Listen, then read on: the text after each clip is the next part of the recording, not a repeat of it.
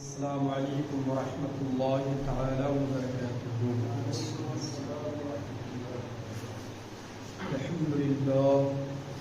الحمد للہ رب العالمین والعاقبۃ للمتقین، الصلاة والسلام علی سید المرسلین وعلی آلہ واصحابہ اجمعین، اما بعد فاعوذ باللہ من الشیطان الرجیم، بسم اللہ الرحمن الرحیم۔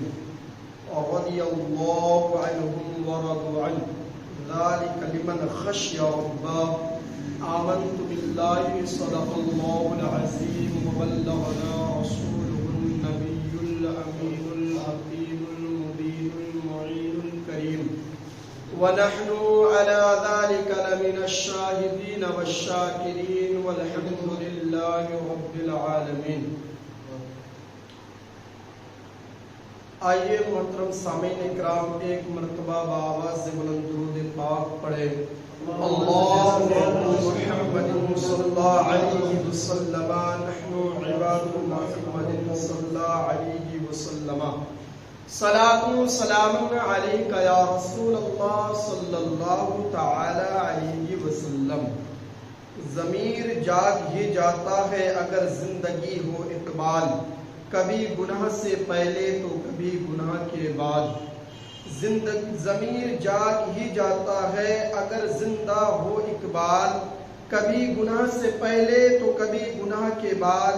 اور آگے فرماتے ہیں، تیری عشق کی انتہا چاہتا ہوں، تیرے عشق کی انتہا چاہتا ہوں، میری سادگی دیکھ کیا چاہتا ہوں۔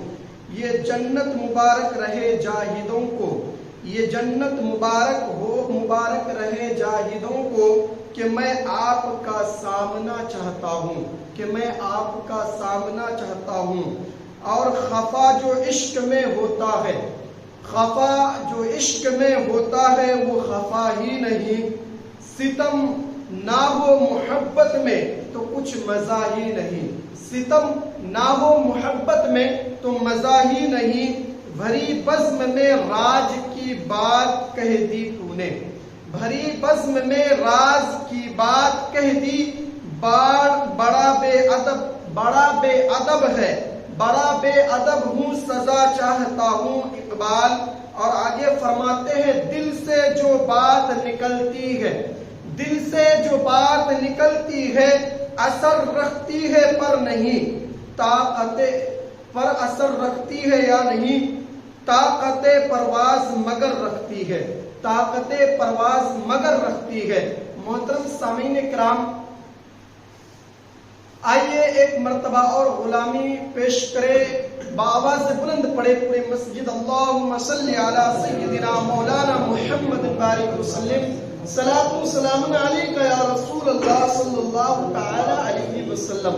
محترم سامعین کرام، میں نے خطبہ مسنہ کے بعد ایک قرآن پاک کے آیت کریمہ پڑھی ہے۔ اللہ تبارک و تعالی فرماتا ہے کہ اللہ ان سے راضی ہو گیا، اللہ ان سے راضی اور وہ اس سے راضی ہو، اور جو اپنے رب سے ڈرے، جو اپنے رب سے ڈرے، رب تبارک و تعالی اس سے راضی ہو گیا اور وہ رب سے راضی ہو گئے۔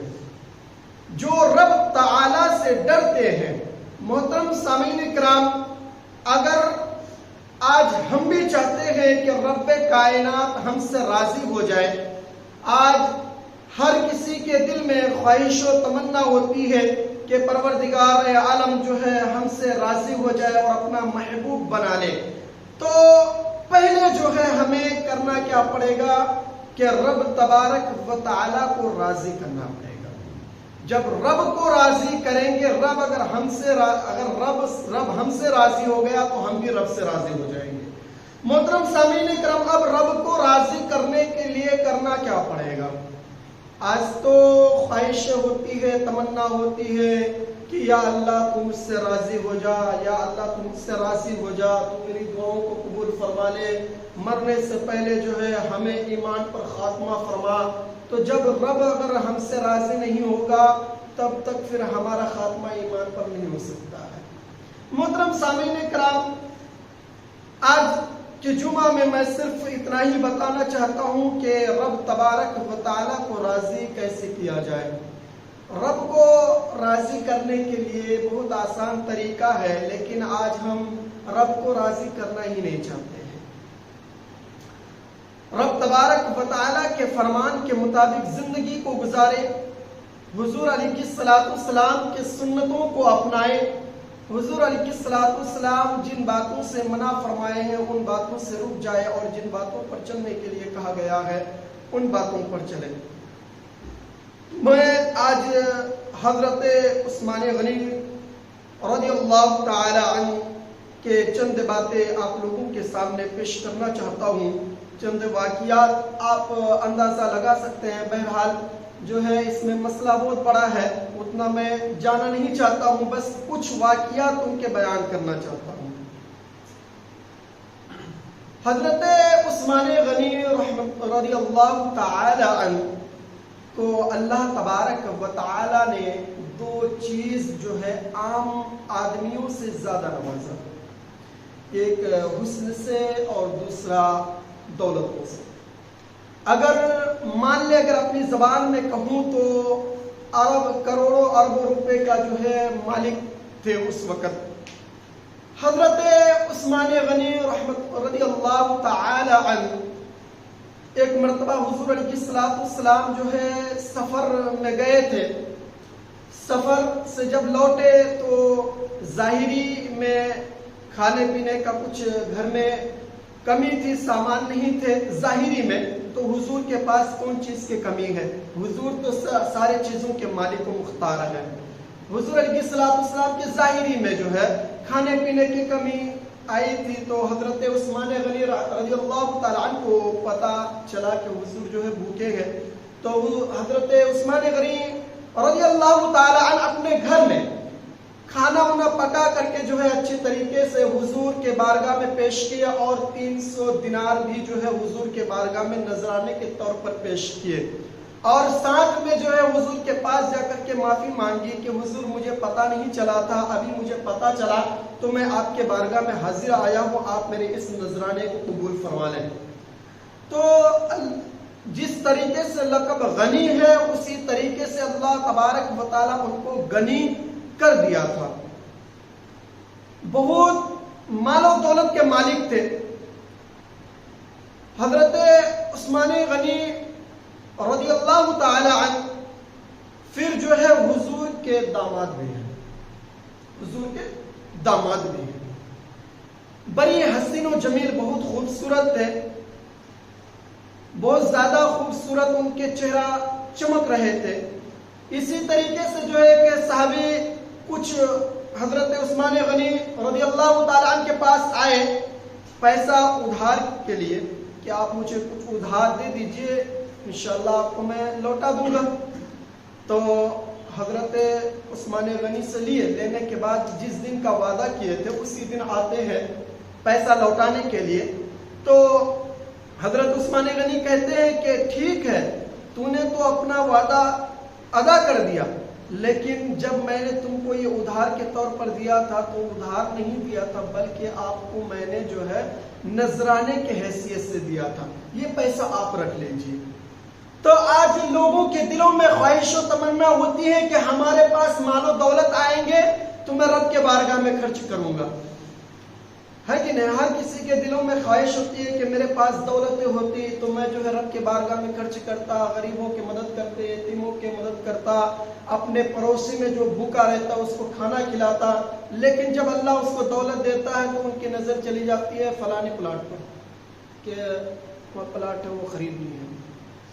اب اللہ دولت دیا ہے تو اب کسی گاڑی پر نظر چل گئی کہ وہ گاڑی بہت اچھی ہے، مارکیٹ میں نہیں آئی ہے، اس گاڑی کو خریدنی ہے۔ محترم سامعین کرام، اب کہنے کا مقصد یہ ہے کہ آج اللہ سے ہم دولت مانگتے ہیں، اگر اللہ ہمیں دولت عطا کر دیتا ہے تو اس دولت کو جو ہے غلط استعمال نہ کرے، بلکہ رب تبارک و تعالیٰ کے بارگاہ میں خرچ کرے۔ اور قرآن پاک کی آیت ہے کہ فضول خرچ کرنے والا شیطان کا بھائی بھی ہوتا ہے۔ فضول خرچی سے بچے، جن چیزوں پر ہمیں خرچ کرنا ہے، جن کاموں پہ ہمیں پیسہ لگانا ہے ان کاموں پر لگائیں، اور یہ اللہ کے دیے ہوئے دولت کو رب تبارک و تعالیٰ کے بارگاہ میں جو ہے غریبوں میں، مسکینوں میں، لاچاروں میں جو ہے خرچ کریں. آپ اپنی ضرورت کو بھی پورا کریں، آپ کی جو ضرورتیں ہیں وہ ضرورت بھی پورا کریں. دیکھیں حضرت عثمان غنی رضی اللہ تعالیٰ عنہ جو ہے بہت بڑے مالدار تھے. تو اس زمانے میں بڑے بڑے بادشاہ جب کہیں مارکیٹ جاتے تھے نا، تو کوئی اگر جبہ پسند آ گیا، کوئی کپڑا پسند آ گیا، اس کو خرید کر کے لے کے آتے تھے. لیکن حضرت عثمان غنی پوری زندگی سفید کپڑا کو استعمال کیے ہیں، کوئی شان و شوکت نہیں. آج ہمارے پاس دولتیں آ جاتے ہیں تو آج ہم جو ہے بڑے اترانے لگتے ہیں، ہمارے طرح کون ہے، ہم بڑے آدمی ہیں، ہمارا تعلق بڑے بڑے آدمیوں سے ہے، ہمارا اٹھنا بیٹھنا بڑے بڑے آدمیوں سے ہوتا ہے. صاحب میں بھی جانتا ہوں کہ آپ کا اٹھنا بیٹھنا جو ہے بڑے بڑے آدمیوں سے ہوتا ہے، لیکن کبھی اٹھنا بیٹھنا کبھی غریبوں کے ساتھ بھی کر لیا کریں. اس لیے کہ حضور فرماتے ہیں غریب جو ہے امیر سے 40 سال پہلے جنت میں چلے جائیں گے. غریب امیر سے 40 سال پہلے جنت میں چلے جائیں گے. اب سوچئے، کبھی کبھار ہمیں یہ محسوس بھی کرنی چاہیے کہ اللہ تبارک و تعالی نے جو ہے ہمیں یہ جو دولتیں دی ہے، کل قیامت کے دن ہمیں اس دولت کے بارے میں پوچھا جائے گا کہ اے میرے بندے، میں نے تم کو دولت عطا کیا تھا، تمہارے ہر پریشانیوں کو دور کیا تھا، لیکن بتا اس دولتوں کو تو میری بارگاہ میں کتنا خرچ کیا ہے. اگر 1 روپیہ اگر میرے بارگاہ میں خرچ کیا ہے تو تمہاری مغفرت کر دوں گا، میں تجھے بخش دوں گا. اب سوچیں کبھی ہم نے یہ ایسا کام کیا ہے؟ آج ہمارا تعلق بھی جو ہے بڑے بڑے آدمیوں سے بھی ہوتا ہے، ہمارا اٹھنا بیٹھنا رہتا ہے. آج ہم رب کو راضی نہیں کر پا رہے ہیں. اب قرآن کی آیت ہے کہ اللہ ان سے راضی ہو گیا اور اس سے رب سے راضی ہو گیا. یہ کن کے لیے؟ جو اللہ تبارک و تعالیٰ سے ڈرتا ہے. محترم سامعین کرام، ایک مرتبہ جو ہے حضرت عثمان غنی رضی اللہ تعالی عنہ کے زمانے میں کچھ مال و دولت کی جو ہے کمی پڑ گئی تھی، بازاروں میں سامان نہیں آتے تھے. تو حضرت عثمان غنی رضی اللہ تعالی عنہ کے نے اپنے اونٹوں میں جو ہے گلہ بھر کر کے چاول گیہوں وغیرہ جو ہے بھر کے مسجد نبوی کی طرف بھیج دیے. تو ایک تاجر آیا، تجارت کرنے والا، کاروبار بزنس کرنے والا، آ کے کہا کہ اے عثمان غنی، تمہارے پاس اتنی دولتیں ہیں، میں تجھ سے خریدنا چاہتا ہوں، اس کا قیمت جو ہے 2 گنا دوں گا، اس کا قیمت 2 گنا دوں گا. حضرت عثمان غنی رضی اللہ تعالیٰ عنہ کہتے ہیں کہ مجھے اس سے زیادہ ملے گا. پھر وہ تجارت کرنے والا بیوپار کہتا ہے کہ میں 3 گنا دوں گا. پھر 3 گنا سے 5-7 میں آ گئے. حضرت عثمان غنی رضی اللہ تعالیٰ عنہ نے کہا کہ مجھے رب تبارک و تعالی جو ہے 700 گنا دے گا، 700 گنا دے گا. کیسے؟ آخر وہ کون انسان ہے جو تم کو اس کا 700 گنا قیمتیں دے گا؟ کہا کہ کوئی نہیں، بس میرا رب ہے. میں اپنے ان سامانوں کو مسجدوں کے پاس کھڑا کر دیا ہوں. اب میں اعلان کروں گا کہ جن غریبوں کو کھانے پینے کی حاجت ہے، گھر میں کوئی نہیں، کچھ نہیں ہے، تو وہ آئے یہاں اور یہاں سے اٹھا کر کے اپنے رزق لے کے جائے. تو رب تبارک و تعالی جو ہے اس کے بدلے مجھے 700 گنا ثواب دے گا. اب دیکھیے حضرت عثمان غنی اللہ تبارک و تعالی جس طریقے سے ان کو دولتیں دیا تھا، اس دولت کو کہیں اور جگہ نہیں بلکہ جو ہے رب تبارک و تعالی کے بارگاہ میں خرچ کرتے ہوئے آ رہے ہیں. آج اگر ہم کسی کے پاس، کوئی غریب آدمی کسی امیر کے پاس جا کر کے ہاتھ پھیلاتے ہیں کہ صاحب جو ہے کچھ مجھے پیسہ ادھار دے دیجئے، آپ کو میں کچھ دنوں کے بعد دے دیں گے. لیکن آج ہمارے خواہش کیا ہوتی ہے کہ غریب کو پیسہ دیں گے، کیا وہ لوٹا پائے گا یا نہیں پائے گا؟ نہیں ہے، ہمارے پاس جیب خالی ہے، جیب میں پیسہ ہے لیکن پیسہ نہیں ہے. اب غریب بیچارہ مجبور ہو کر کے وہاں سے دوسرے کے اس میں جاتے ہیں، وہاں پہ بھی نہیں مل پاتا، پھر مجبوراً جو ہے اس کو پھر کچھ قدم اٹھانا پڑتا ہے. تو محترم سامعین کرام، آج ہمارے اور آپ کے اندر بھی یہ جذبہ ہونی چاہیے کہ اگر آپ کسی کو اگر ادھار کے طور پر پیسہ دیتے ہیں تو ان کے اوپر نہیں، بس رب تبارک و تعالیٰ کے اوپر بھروسہ کر کے، اے اللہ تو نے مجھے جو دولتیں دیا تھا، آج میں ایک مجبور انسان کو دیا ہوں، آج اس پیسے اس سے اگر ان کی پریشانیاں اگر دور ہو گئی، ان کے کام آسان ہو جائے گا، تو اس کا جزا تو ہی عطا کرنا.